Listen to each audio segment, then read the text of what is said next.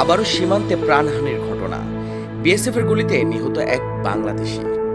মৌলভীবাজারের কুলাউড়া উপজেলার দত্তগ্রাম সীমান্তের নিশ্চিন্তপুর এলাকায় বিএসএফের গুলিতে মুজিবুর রহমান নামে এক বাংলাদেশি নিহত হয়েছেন। স্থানীয় সূত্রের দাবি, মনু নদী এলাকায় অবস্থানকালে তিনি ভারতীয় সীমান্তে প্রবেশ করলে বিএসএফ গুলি চালায়।